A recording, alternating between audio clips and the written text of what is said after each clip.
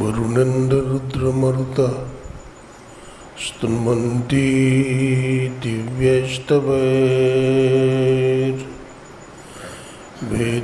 साङ्गपुत्रमुपनिषदैर्गायन्ति यं सामगाः ध्यानावस्थिततद्गतेन मनसा पश्यन्ति यं योगिनो यस्यान्तं न विदुः सुरासुरगणा देवाय तस्मै नमः। ध्यानमूलं गुरुर्मूर्ति पूजामूलं गुरुपदं मंत्रमूलं गुरुर्वाक्यं मोक्षमूलं गुरुकृपा। ॐ सहना भवतु सहनौ भुनक्तु सवीर्यं करवावहै तेजस्विनावधीतमस्तु मा विद्विषावहै। ॐ शान्तिः शांति शांति।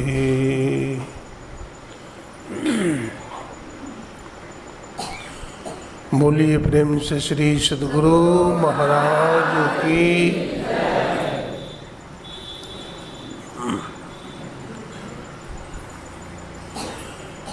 सृष्टि के कण में विराजमान आदि मध्य और अंत से रहित परमाराध्य गुरुदेव के त्रैलोक पावन पाद पद्मों में कोटि कोटि दंडवत प्रणाम। उनके मस्तिष्क स्वरूप ब्रह्मलीन पूज्यपाद महर्षि संत सभी परमहंस जी महाराज, उनके हृदय स्वरूप पूज्यपाद ब्रह्मलीन महर्षि साई स्वामी जी महाराज तथा संत मत के वर्तमान आचार्य महर्षि हरनंदन परमहंस जी महाराज के चरण कमलों में कोटि कोटि नमन, कोटि कोटि प्रणाम। मंच पर विराजमान हमारे परम सम्मानीय श्रद्धेय श्री विभीषण बाबू तथा हमारे परम सम्मानीय श्रद्धेय श्री डॉक्टर साहब, सत्संग प्रेमी सज्जनों, भक्तिमती माताओं बहनों, यूट्यूब चैनल के माध्यम से सत्संग सुन रहे श्रद्धालुओं, गुरुभक्त प्रेमियों, माताओं बहनों, सबको नमन करते हैं, सबको प्रणाम करते हैं।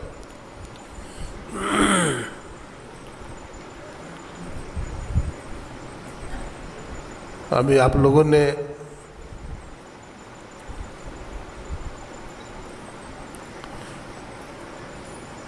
योग शिखोपनिषद से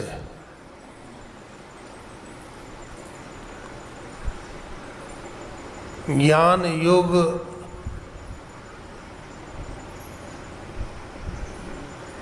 की चर्चा सुन रहे थे।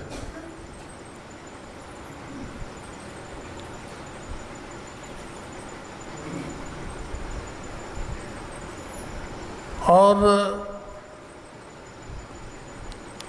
ज्ञान योग किस लिए, ज्ञान की प्राप्ति क्यों करे, अयोग क्यों करे? मोक्ष के लिए, मोक्ष की सिद्धि के लिए। अगर मोक्ष ही न हो तो ज्ञान और योग निरर्थक है।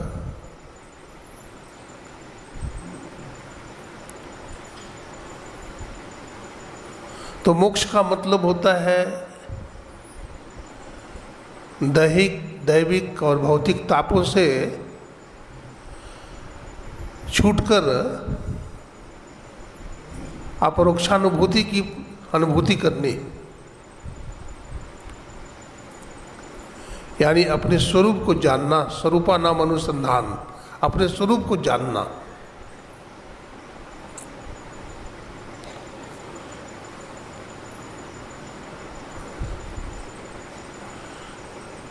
तो मोक्ष का मतलब क्या होगा समझे आप? सभी प्रकार के दुखों से छूटकर अपने स्वरूप को जानना मोक्ष कहलाता है।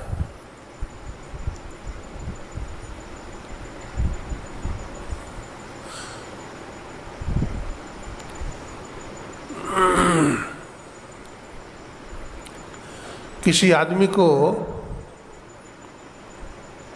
भूख लगी हो तो उसको भोजन करा देना क्या है? भोजन से भूख से निवृत्ति है, भूख से छुटकारा है। किसी आदमी को वस्त्र नहीं है, आप वस्त्र पहरा दिए तो वस्त्र के अभाव में जो दुख था उससे निवृत्ति हो गई।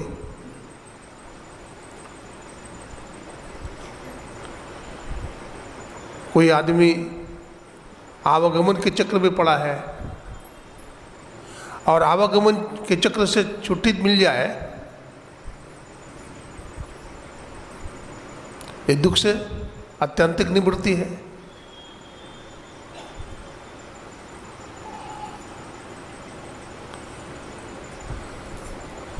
अभी हमारे परम विद्वान डॉक्टर साहब से सुन रहे थे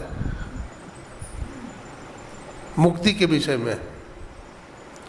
हमारे धर्म ग्रंथों में, धर्मशास्त्रों में 4 प्रकार की मुक्ति का वर्णन है। मुक्ति का वर्णन 5 प्रकार का है। तो 4 प्रकार की मुक्ति के संबंध में सुन रहे थे।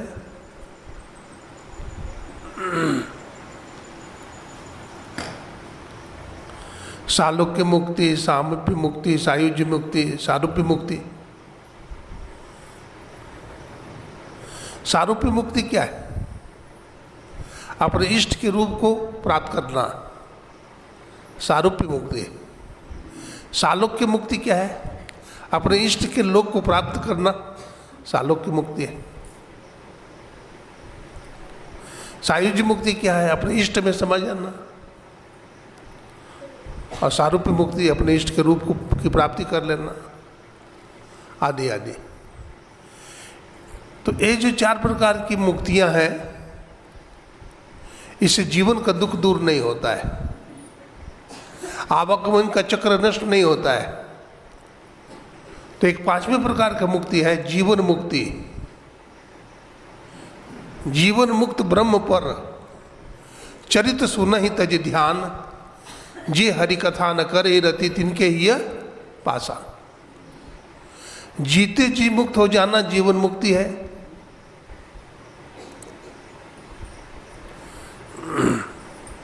तो जीते जी कैसे मुक्त होंगे?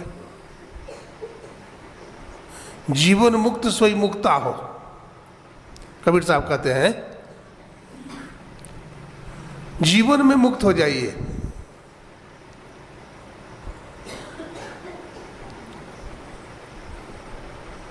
इसको कैबल्य मुक्ति कहते हैं, विदेह मुक्ति कहते हैं। ये असल में मुक्ति है।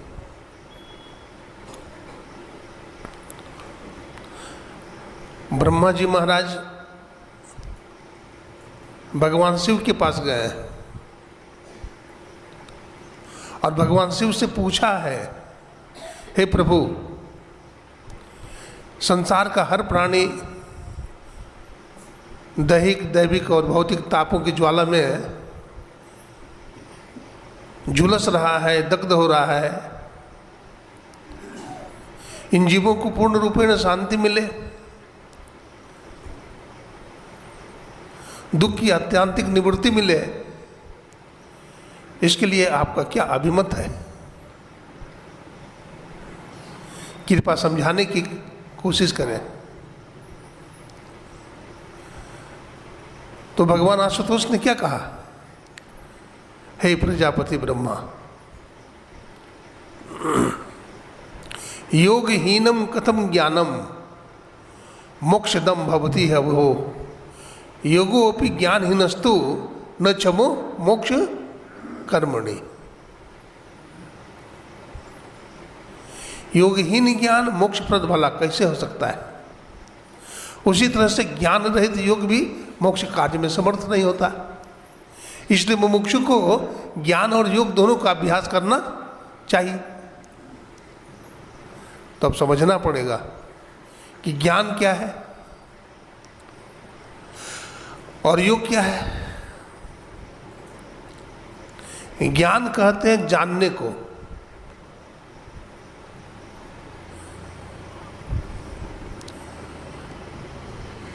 जैसे मान लीजिए कोई बच्चा है छोटा,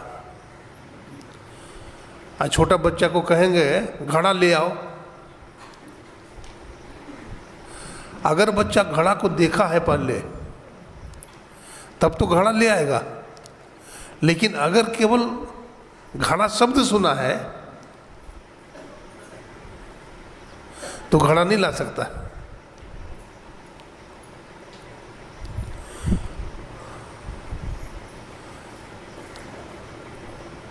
वाचिक ज्ञान से केवल काम नहीं चलेगा, आध्यात्मिक ज्ञान चाहिए।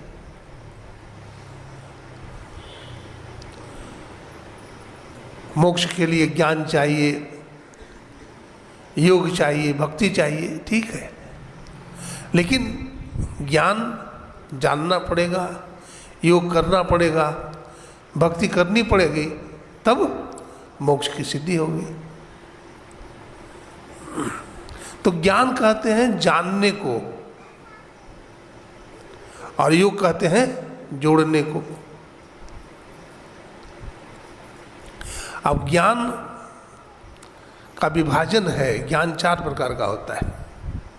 श्रवण ज्ञान, मनन ज्ञान, निधिध्यासन ज्ञान और अनुभव ज्ञान।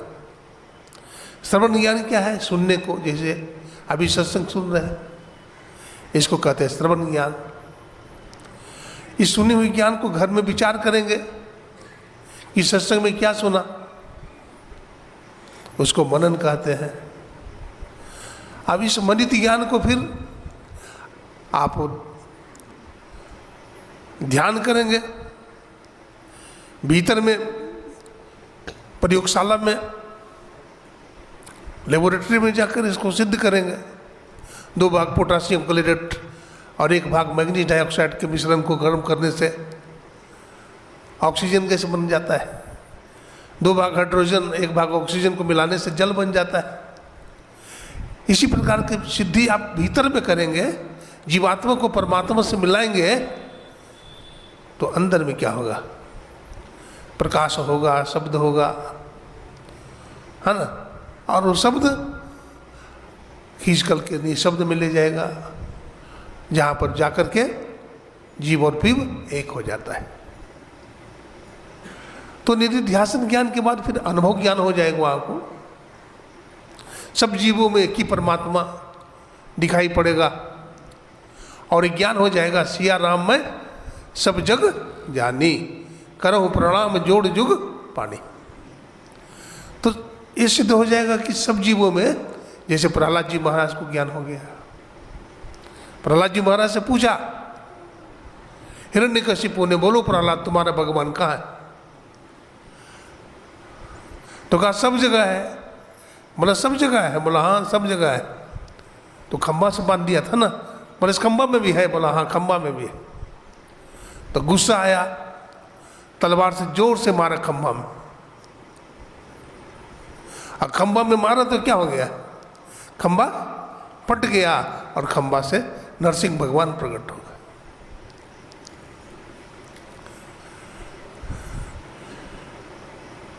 तो प्रहलाद जी को ज्ञान हुआ कि ईश्वर सर्वव्यापक है, सब जगह रहते हैं। प्रहलाद कब हुए थे जानते हैं?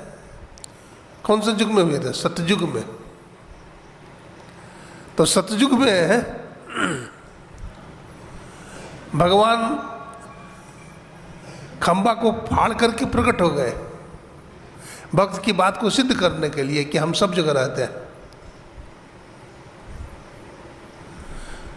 तो सतयुग में खंबा में भगवान थे और अभी खंबा से भगवान भाग गए हैं क्या? अभी खंबा में भगवान नहीं है, अभी भी खंबा में भगवान है, लेकिन खंबा से प्रकट करने वाला प्रहलाद अभी नहीं है। अभी प्रहलाद की जरूरत है जो खंबा फाड़ करके भगवान को प्रकट कर ले।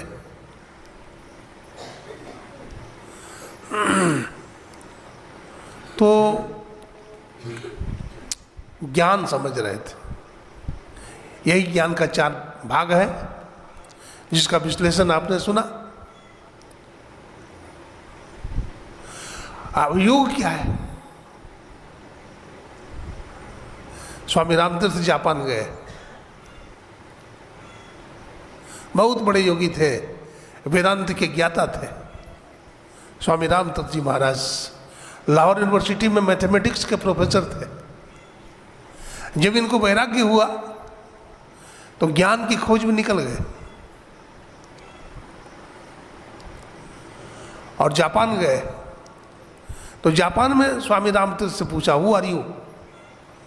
तो रामतीर्थ ने क्या कहा, आई एम राम बादशाह। बोला राम बादशाह? बोला पहनने को कपड़ा नहीं है,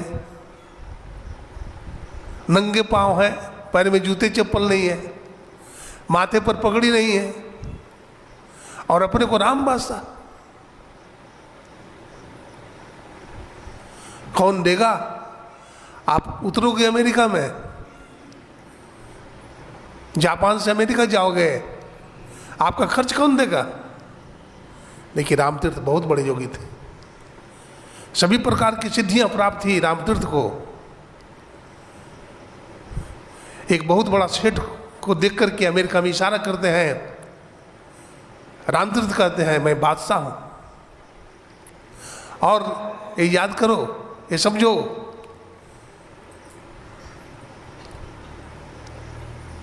बादशाह का खजाना कैशियर के पास होता है और हमारा कैशियर यही है सेठ जी। और सेठ जी कहते हैं महाराज स्वामी जी का जितना खर्च होगा उस खर्चा का वहन मैं करूंगा। कैसी सिद्धि थी रामतीर्थ की? अष्ट सिद्धि नवनिधि के दाता, असवरदीन जानकी माता। हनुमान जी महाराज को 8 प्रकार की सिद्धियां प्राप्त थी। अनिमा, शरीर को छोटा बना लेना, मसक समान रूप कपि धरहि। हनुमान जी महाराज मच्छर के समान छोटा बन गए और सुरसा के सामने पर्वताकार हो गए। तो अनिमा शरीर को छोटा बना लेना, गरिमा बड़ा बना लेना, महिमा, ईशित वसित आदि सब सिद्धि है, ये योग करने वाले को मिलता है। कबीर साहब कहते हैं गंग जमुन जुग रेत बा, मलिया बाग लगाया हो और कच्ची कली एक तोड़ के मलिया पछताया। ये गंगा जमुना क्या है? ये बाई आंख को इड़ा कहा और दाहिनी को उपनिषदकार ने पिंगला कहा। इन दोनों के बीच में माली बाग लगाता है और कच्ची कली क्या है? माली जो बाग लगाता है उसमें पानी डालता है, खाद डालता है, निकौनी करता है तो उसमें फल लगता है, सिद्धि रूपी फल लगता है। और जो प्रलोभन में आ गया, रिद्धि सिद्धि के प्रलोभन में आ गया तो बाग उजड़ जाता है, रहेगा, समाप्त हो जाएगा, फल नहीं लगेगा उसमें, फूल ही झड़ जाता है, टिकोला झड़ जाता है, आंधी में देखते लाठी मार करके गिरा देते हैं। इसलिए सिद्धि से भी बचना चाहिए।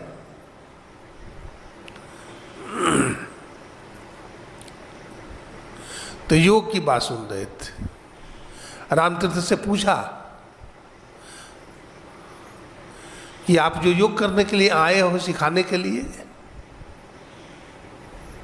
तो आपने कोई बैनर नहीं बनाया, कोई पैम्पलेट नहीं छपवाया, कोई पोस्टर नहीं छपवाया और यूं ही प्रचार करने के लिए आ गए? तो रामतीर्थ ने कहा कि बैनर पोस्टर की क्या जरूरत है, तुम्हारे देश में जितने बड़े बड़े डॉक्टर हैं सबको बुला लो,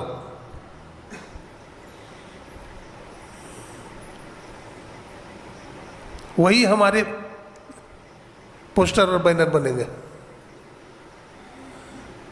बड़े बड़े डॉक्टर आए, स्वामी रामतीर्थ जी महाराज बैठे और बोले कि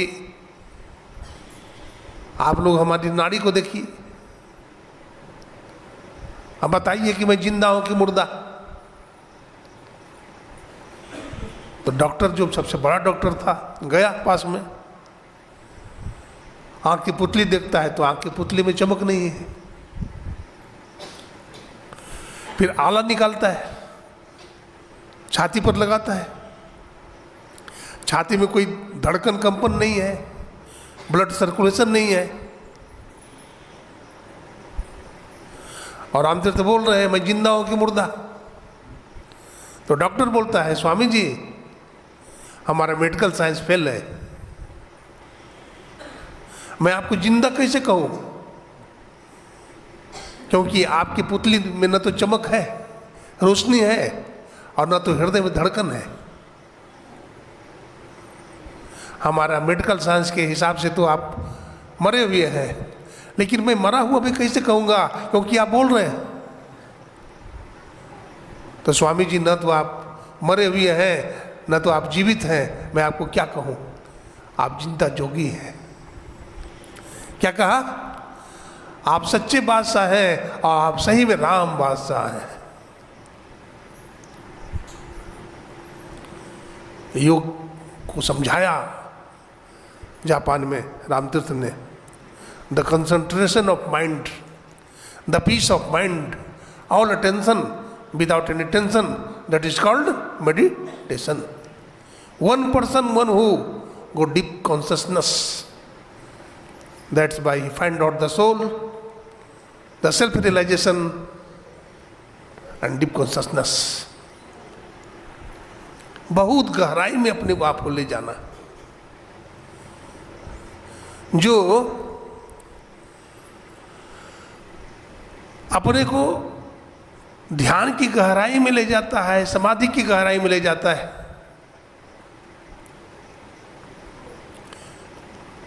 असंप्रज्ञात समाधि में ले जाता है,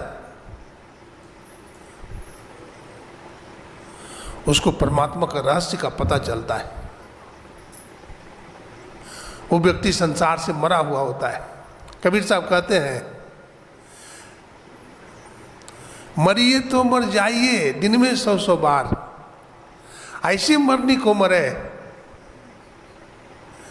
मरिए तो मर जाइए छूट पड़े जंजाल, ऐसी मरने को मरे दिन में 100 बार। जा मरने से जग डरे मेरो मन आनंद, कब मरी हो कब पाई हो पूरन परमानंद।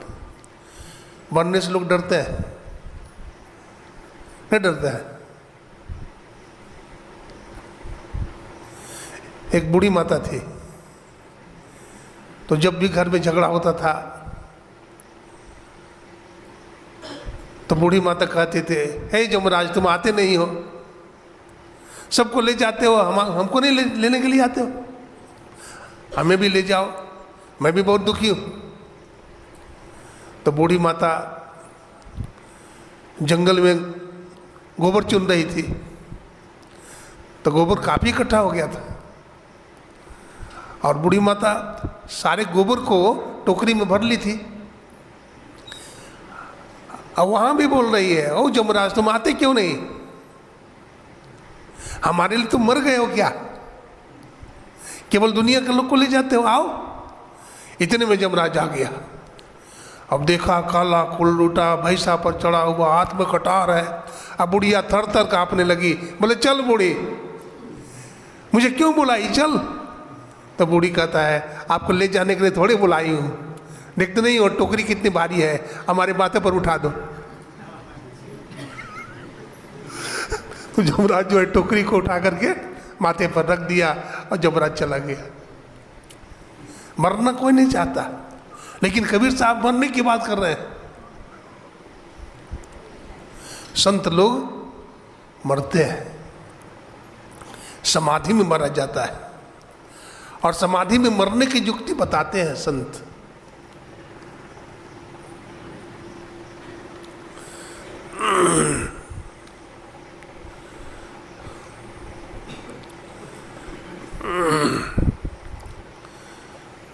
योग की बात सुन रहे थे। योग किसको कहते हैं, महर्षि पतंजलि कहते हैं योगश्च चित्तवृत्ति निरोधा, चित्तवृत्ति का निरोध ही योग है।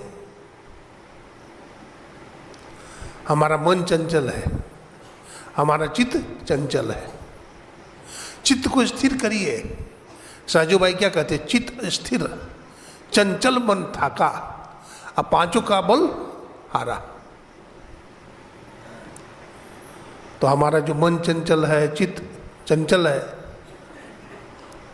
इसको क्या करना चाहिए? स्थिर करना चाहिए। आप पानी को देखते होंगे,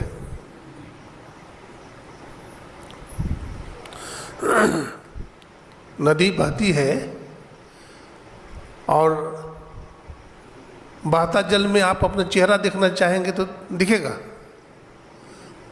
नहीं दिखेगा। क्यों नहीं दिखेगा? पानी में मिट्टी घुली हुई है। तो सबसे पहले क्या करना पड़ेगा? आपको मिट्टी को छानना पड़ेगा। मिट्टी छन गई। अब मिट्टी छनने के बाद फिर क्या करेंगे आप? चेहरा देखना हो तो पानी को की गति को रोकना पड़ेगा। पानी स्थिर हो गया, रुक गया, तो भी चेहरा नहीं दिखेगा। उस पानी के ऊपर शैवाल घास छाया हुआ है या चौड़ी पत्ती वाला है ना, कुछ फूल है, उसका पत्ता से ढका हुआ है जल, तो भी चेहरा नहीं दिखेगा। तो उस पत्ता को भी हटाइए, उसके बाद फिर चेहरा देखिए, तो आपका चेहरा पानी में दिख जाएगा। हमारा वेदांत दर्शन कहता है हमारे जीवन में 3 दोष है, 3 प्रतिबंधक। पहला प्रतिबंधक क्या है? मल। दूसरा है विक्षेप। मल का अर्थ क्या है? गंदगी, विकार। हमारे मन में विकार है। और विक्षेप का मतलब चंचलता है। हमारा मन में चंचलता है, इंद्रियों में चंचलता है। और तीसरा दोष है आवरण। तो पहला दोष क्या है? मिट्टी, मिट्टी को छाने लिए। दूसरा दोष क्या है? पानी में जो गति है, मोशन है, उसको स्थिर कर लिए। अब तीसरा दोष क्या है? आवरण। उस पर पत्ता छाया हुआ है जिसके कारण हम चेहरा नहीं देख पाते। अब तीनों दोष को हटा दिए, तीनों कारण को हटा दिए, तो क्या हुआ? चेहरा दिख गया। इसी को हमारे गुरुदेव कहते हैं, घटतम प्रकाश व शब्द पटरे जीव पर है छा रहे, कर दृष्टि और ध्वनि योग साधन ये हटाना चाहिए। आंख बंद करते हैं तो अंधेरा दिखते हैं। तो पहला पर्दा अंधकार का पर्दा है, दूसरा पर्दा प्रकाश का पर्दा है, और तीसरा आवरण शब्द का पर्दा है। तो तीनों आवरण को हटाइए, उसके बाद जीव ब्रह्म ही है। आचार्य शंकर कहते हैं ब्रह्म सत्यम जगन मिथ्या, जीवो ब्रह्म है बना पड़ा। ब्रह्म सत्य है और संसार मिथ्या है, यानी झूठा है। जीव ब्रह्म ही है, लेकिन उपाधिग्रस्त होने के कारण ब्रह्मत्व का ज्ञान जीव को नहीं होता है। जैसे रज्जु सर्प, अंधेरे में रस्सी को देख करके भागने लगते हैं कि सांप है, लेकिन टार्च जलाकर देखते हैं तो कहते भाई तो मैं मतलब का डर गया था, ये तो रस्सी थी। तो ठीक उसी तरह से भ्रम हो जाता है। सीपी में चांदी का भास हो जाता है। स्वप्न में देखते हैं राजा रंक बन गया, रंक राजा हो गया, लेकिन ये सब स्वप्न की बात है, ये सब झूठी बात है। आचार्य शंकर कहते हैं एक ब्रह्म यानी एक ईश्वर ही सत्य है, संसार असत है, कल्पित है, झूठा है। तो इसलिए योग साधन करना चाहिए, ध्यान करना चाहिए। लेकिन ध्यान करने के लिए महर्षि पतंजलि फिर कहते हैं अथ योगानुशासनम, योग में अनुशासन चाहिए। अथ के 3 अर्थ होते हैं। मंगल अर्थ में महर्षि पतंजलि ने अथ शब्द का प्रयोग किया है।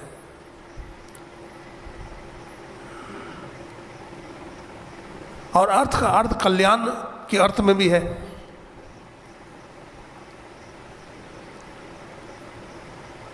तो अथ योगानुशासनम, योग करने के लिए अनुशासन की जरूरत है। क्या अनुशासन? संसार में कैसे रहना चाहिए, इसका ज्ञान होना चाहिए। कैसे योग में सफलता मिलेगी, खान पान में कंट्रोल होना चाहिए। इसलिए भगवान कृष्ण ने कहा युक्त आहार विहारस्य। हे अर्जुन, साधक का खान पान युक्त होना चाहिए। क्या खाना है क्या नहीं खाना है, इसका ज्ञान होना चाहिए। सुरामापि वेद, हमारा वेद में लिखा है सुरा का सेवन नहीं करना चाहिए, शराब का सेवन नहीं करना चाहिए, नशीली वस्तु का सेवन नहीं करना चाहिए। अहिंसा परमो धर्म, जीवों की हिंसा नहीं करनी चाहिए, मांस मछली का सेवन नहीं करना चाहिए। ये सब अनुशासन है।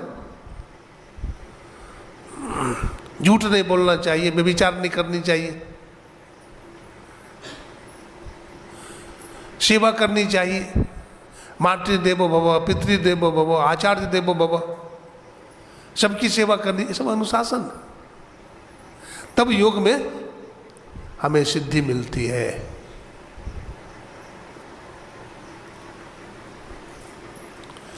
महर्षि पतंजलि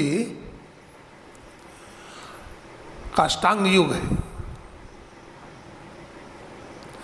यम, नियम, आसन, प्रत्याहार, धारणा, ध्यान, समाधि आदि आदि। यम, यम के 5 भाग है। अहिंसा, अभी जो बोल रहा था, जीव को मत मारिए, जीव को मार करके मत खाइए, सत्य बोलिए, चोरी मत कीजिए। अस्तेय, अस्तेय का मतलब चोरी।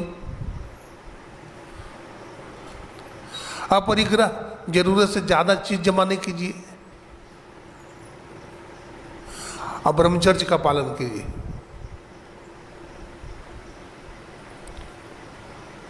इसको बोलते हैं यम। दूसरा है नियम। नियम के भी 5 भाग है। शौच, संतोष, तप, स्वाध्याय, ईश्वर प्रणिधान। ये शौच क्या है? शरीर की सफाई। शरीर की सफाई कैसे करते हैं? हम लोग शरीर में गंदगी हो जाती है, बाल गंदा हो जाता है तो साबुन से साफ करते हैं। कपड़ा गंदा हो जाता है तो साबुन सर्फ से साफ करते हैं। अब मन गंदा हो गया तो कैसे साफ करेंगे? सत्संग और भजन रूपी साबुन से। सत्संग भजन रूपी साबुन से मन की गंदगी को दूर करते हैं।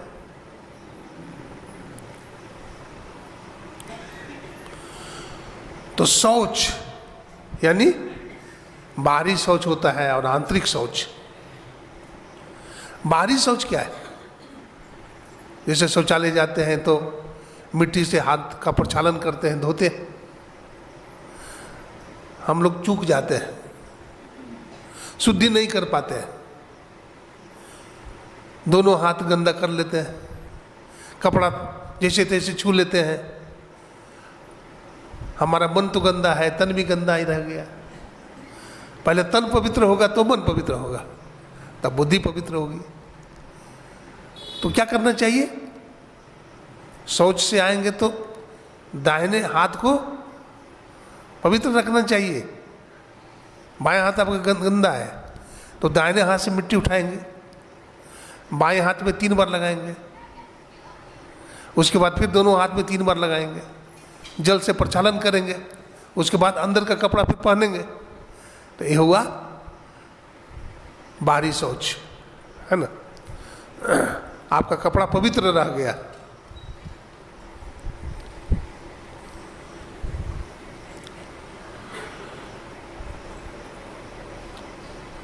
और अंदर की पवित्रता तो ध्यान भजन से होगा।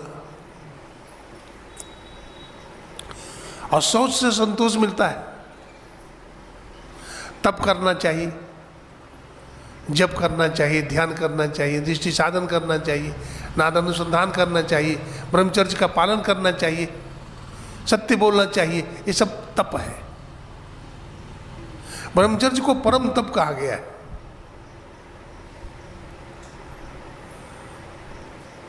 प्राचीन काल में हमारे ऋषि मुनि के साथ ब्रह्मचारी लोग रहते थे और कठोर ब्रह्मचर्य का पालन करते थे। अब तो ब्रह्मचर्य शब्द बोलते हैं तो लोग हंसते हैं, कहते हैं बाबा क्या पुराने ज़माने की बात कर रहे हो। मैंने कहा भैया पुराने ज़माने की बात भी अच्छी होती है, हम तो नए ज़माने के आदमी हैं। बोला ठीक है, नए ज़माने का आदमी तुम होगे, लेकिन पुरानी बात भी अच्छी होती है। आप नए ज़माने के आदमी हो तो पहले के आदमी रोटी दाल खाते थे, तुम क्या खाते हो? शकरकंद क्या खाते हो? पुराने ज़माने के आदमी जल पीते थे, तुम क्या पीते हो? दूध। तुम जल नहीं पीते हो, मर जाओगे। पुराने ज़माने के लोग ऑक्सीजन सांस लेते थे, तुम कार्बन डाइऑक्साइड लेते हो क्या? मर जाओगे। तो कुछ पुरानी बात भी अच्छी होती है, जो मानना चाहिए वो मानना चाहिए। ब्रह्मचर्य का मतलब क्या होता है? ब्रह्मणे चरति इति ब्रह्मचर्य। जो ब्रह्म में चलता है उसको बोलते हैं ब्रह्मचर्य। स्वामी विवेकानंद जी महाराज अमेरिका में एक दिन ब्रह्मचर्य के ऊपर बोले। उन्होंने क्या कहा? ब्रह्मचर्य इज लाइफ एंड ब्रह्मचर्य लेस इज डेथ। ब्रह्मचर्य जीवन है और ब्रह्मचर्य का नाश मृत्यु है। ब्रह्मचर्य से हीन आदमी कैसा है तुम जानते हो? बोला जैसे टूटा हुआ धनुष। अर्जुन ने वनवास काल में बहुत तपस्या किया, 12 साल तक। अपनी धर्मपत्नी से संबंध नहीं बनाया, शरीर को तपाया, ब्रह्मचर्य का रक्षण किया। बतलाते हैं उसको डिगाने के लिए मेनका आई 12 बजे रात में सज धज करके, और क्या बोलती है? तुम्हारे जैसे पुरुष नहीं, हमारे जैसा नारी नहीं।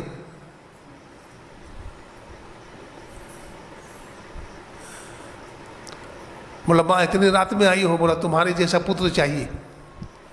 बोला माँ अपने जैसा पुत्र मैं कहाँ से लाऊंगा? तो हमारी माँ बन जा, मैं तुम्हारा बेटा बन जाता हूँ। हार करके चली गई। स्वामी विवेकानंद जी का जब प्रवचन शिकागो शहर में हुआ, पूरा अमेरिका बौखला गई। गुलाम देश का आदमी स्वामी विवेकानंद जी महाराज जब वहां बोलना प्रारंभ किया तो सारे विद्वानों के दांत खट्टे हो गए। पूरे मैगजीनों में, समाचार पत्र में स्वामी विवेकानंद जी का रंगीन तस्वीर आया, लाखों प्रशंसाएं उसमें। स्वामी विवेकानंद जी महाराज ब्रह्मचर्य के ऊपर बोला, ब्रह्मचर्य इज लाइफ एंड ब्रह्मचर्य लेस इज डेथ। ब्रह्मचर्य जीवन है और ब्रह्मचर्य का नाश मृत्यु है। ब्रह्मचर्य से हीन आदमी कैसा है तुम जानते हो? बोला जैसे टूटा हुआ धनुष। अर्जुन का धनुष की डोरी अगर टूटा होता तो भीष्म पितामह को धराशायी कर पाता? नहीं, एक बाण भी नहीं चलता। ये ब्रह्मचर्य की डोरी जिसकी टूट गई हो वो दुनिया में बेकार है। जीवन है बेकार भजन बिन दुनिया में कहते हैं, और जीवन है बेकार ब्रह्मचर्य बिन दुनिया में। ब्रह्मचर्य के बिना भी जीवन बेकार हो जाता है।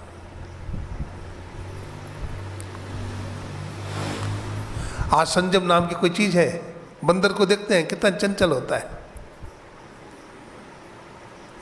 आज व्यक्ति के जीवन में कोई स्थिरता नहीं है, कोई चमक नहीं है। युवक को देखिए तो मुंह लटका हुआ है, युवती को देखिए तो मुंह लटकाए हुए है। क्यों? कुछ नहीं है शरीर में, खत्म लाल है पूरा, कोई सम नहीं है, कोई दम नहीं है, कोई ब्रह्मचर्य नहीं है, कुछ दमन नहीं है, इससे कुछ प्राप्ति नहीं है, कुछ नहीं मिलेगा। याद रखिए, जो ब्रह्मचर्य से खाली है। आज हम ब्रह्मचर्य के मामले में, चरित्र के मामले में इतने गिर गए हैं नीचे कि अपने पड़ोसी की बहन को बहन नहीं कर सकता। स्वामी विवेकानंद जी ने कहा मनुष्य को चरित्रवान बनना चाहिए।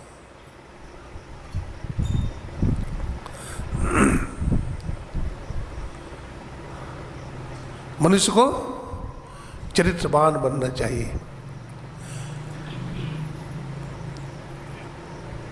उन्होंने कहा wealth is lost, nothing is lost, health is lost, something is lost, but if the character is lost, बोलते एवरीथिंग इज लस्ट। अगर मनुष्य चरित्रहीन हो गया तो उसके पास कुछ भी नहीं बचता है। इसलिए हम चरित्र की रक्षा करें।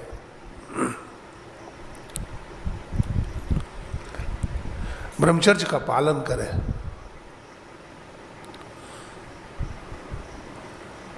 अपने देश में बहुत सारे योगी हुए। एक मैं योगी का नाम बताता हूं, उनका नाम था बाबा गोरखनाथ जी महाराज। बाबा गोरखनाथ जी महाराज हमारे परमाराध्य गुरुदेव ने सत्संग योग के दूसरे अध्याय में सबसे पहली वाणी बाबा गोरखनाथ जी महाराज की वाणी।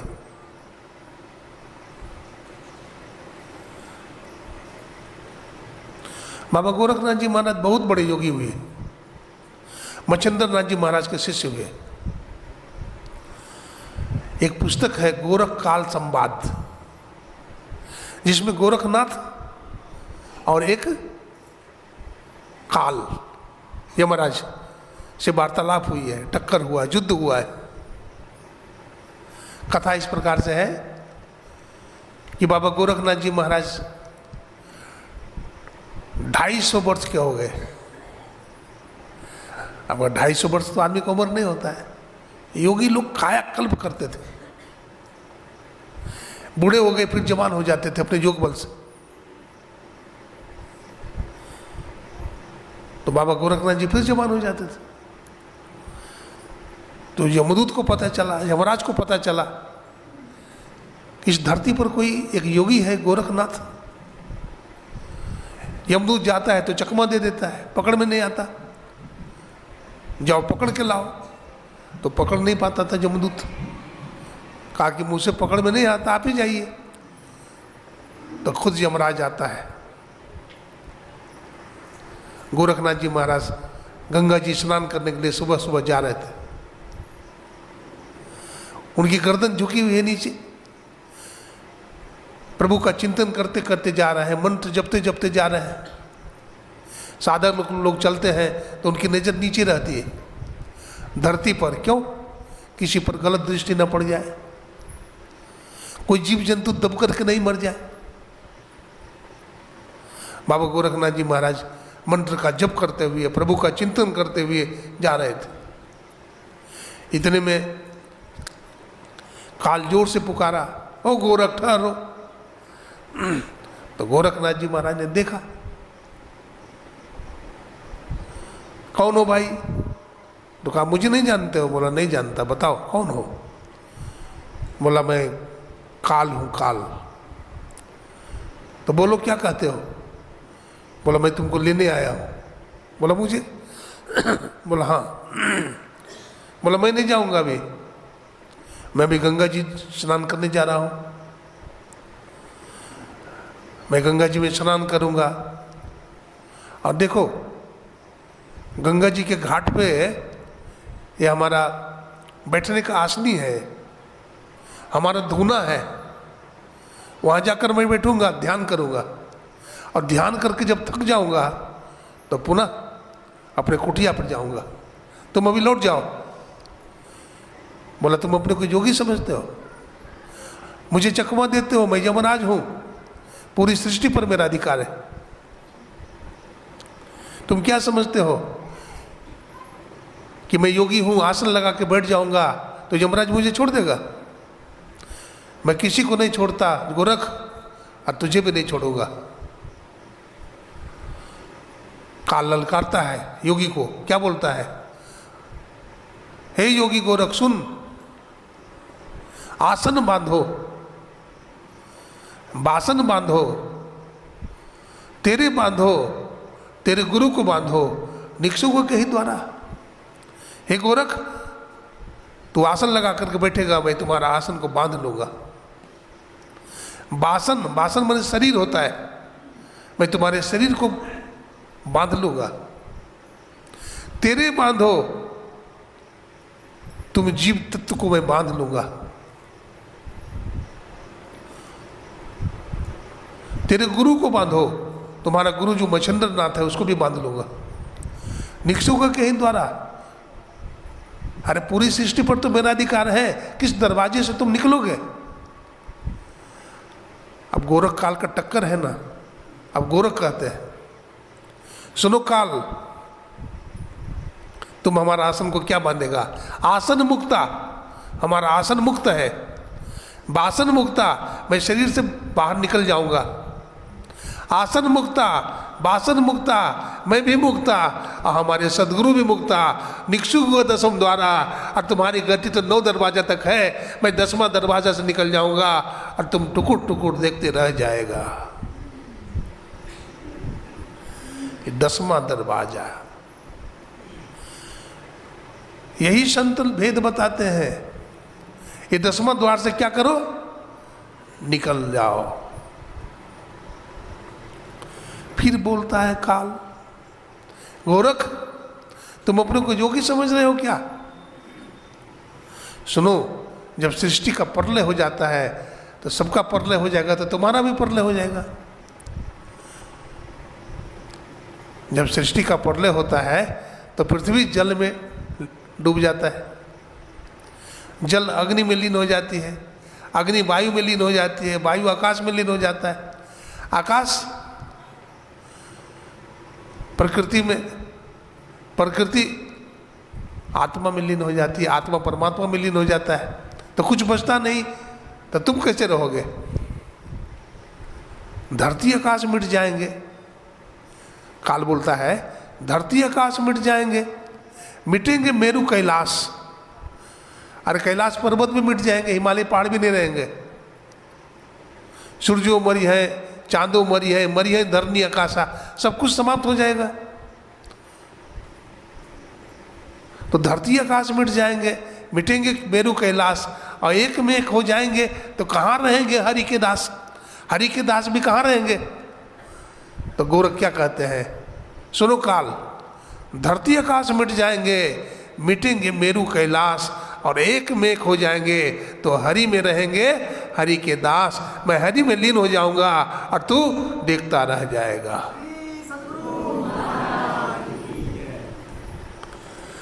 अंत में काल हार गया, काल की हार हो गई, और एक योगी के सामने झुकना पड़ा।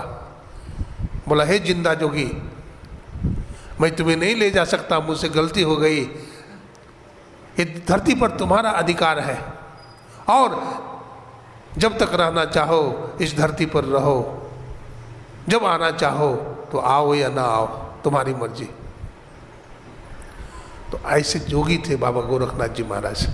देखिए संत यदि चाहे तो न मरे, लेकिन मरना शरीर का धर्म होता है। संत भी परमात्मा की आज्ञा का उल्लंघन नहीं करते। जो जन्म लेता है वो मरता भी है, ये शरीर का स्वभाव है।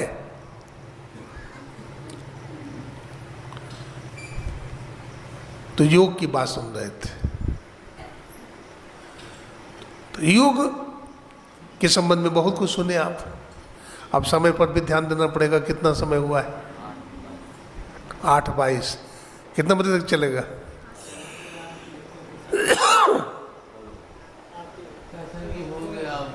हाँ, अब हो गया तो समाप्ति किया जाए, क्योंकि ये सब कहानी खत्म होने वाला नहीं है।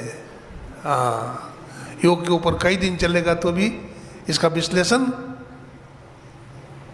संभव नहीं है, तो इतना ही रखा जाए। बोलिए प्रेम से श्री सद्गुरु महाराज की।